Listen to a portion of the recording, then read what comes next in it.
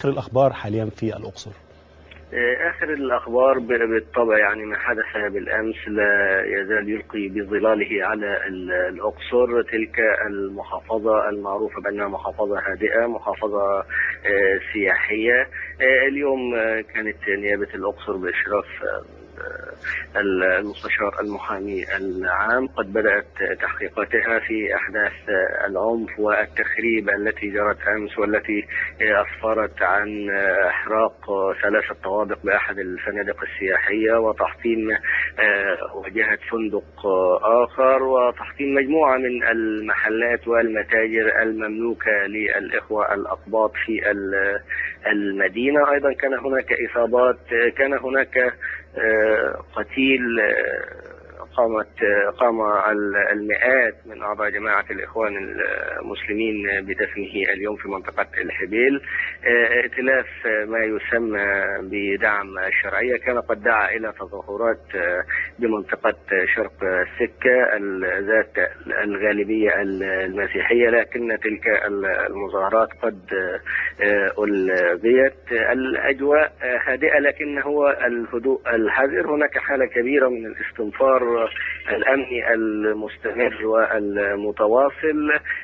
اللواء طارق سعد الدين محافظ الأقصر كان قد وصل إلى المحافظة اليوم، وبدأ أول أيام عمله بلقاء موسع مع اللواء مصطفى بكر مدير أمن الأقصر. تم خلاله يعني مراجعة الموقف الأمني في المحافظة.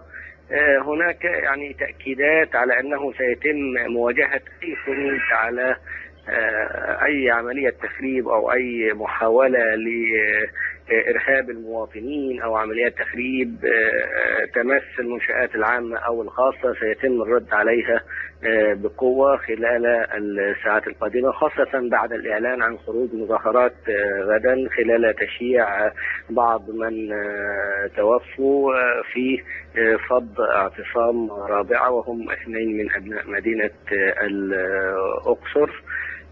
هناك حالة من الاستنفار والهدوء، لكنه الهدوء الحذر. المواطنين ربما يكونوا قد نظموا صفوفهم للدفاع عن منشآتهم، للدفاع عن منشآت المحافظة في إطار الحفاظ على الأقصر كمدينة سياحية هادئة ذات طابع خاص. حجاج، بخصوص المدينة السياحية الأقصر، ويعني كما ذكرت يعني هذا الجو المشوب بالحذر بالتأكيد أثر على السياحة ووضع السياح اللي موجودين في الأقصر.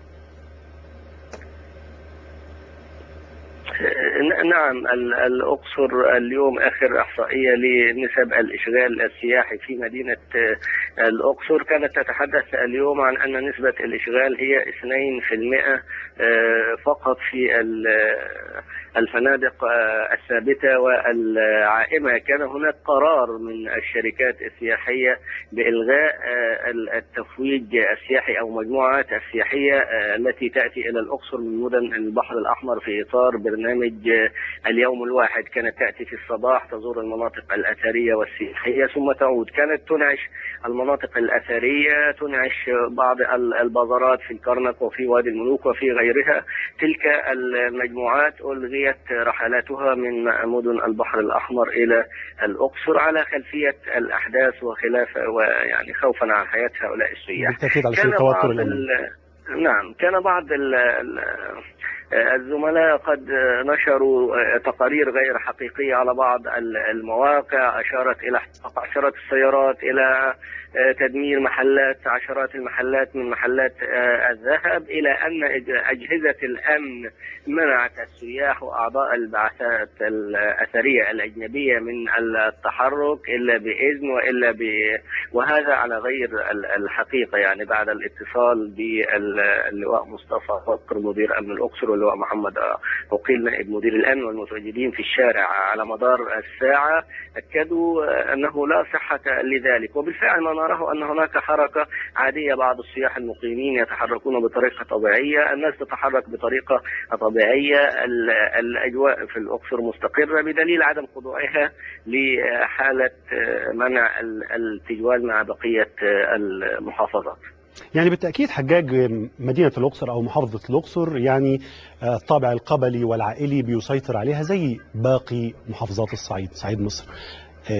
رأي العائلات الكبيرة في الأقصر إيه والقبائل؟ والله للأمانة ويعني ونقل الصورة كما نراها، أن الأقصر وغيرها يعني ما يصار أحيانا من بيانات تصدر عن جماعة الإخوان المسلمين وعن غيرها بأن ما يسمى اتحاد قبائل الصعيد يؤكد ينفي، يقول يعني أن القبائل معهم وأنها ستنتفض معهم. هذا على غير الحقيقة. قبائل الأقصر، عائلات الأقصر، عائلات الصعيد عموما تؤيد الاستقرار. أبنائها أديروا في مدن محافظة البحر الأحمر، أديروا في الأقصر، أديروا في أسوان من حالة عدم الاستقرار. الناس تنشد الاستقرار، تنشد الأمان، وتشارك في الحفاظ عليه. ما جرى في الأقصر أمس هو خروج المئات من أهالي الأقصر للدفاع عن منشآت الإخوة المسيحيين الذين أحرقت محلاتهم وفنادقهم. كان هناك يعني حالة من الغضب الشعبي الواسع الذي اشتبك مع المتظاهرين من أعضاء جماعة الإخوان المسلمين في ميدان أبو الحجاج. هم المواطنون الذين استفزهم هذا الإصرار على إثارة الفوضى وإشاعة أو إعطاء صورة بأن هناك حالة من عدم الأمان، حالة من الفوضى. لكن للأمانة أجهزة الأمن وقوة الجيش نجحت بالفعل في تأمين كافة المنشآت في الأقصر طوال أمس وطوال اليوم، ونجحت في أن تصد الاعتصام الذي بدأه الإخوان في ميدان أبو الحجاج دون إصابة شخص واحد أو إطلاق طلقة نار واحدة. ما جرى من اشتباكات وكان بين المواطنين والمتظاهرين من جماعة الإخوان المسلمين. نعم، بشكرك.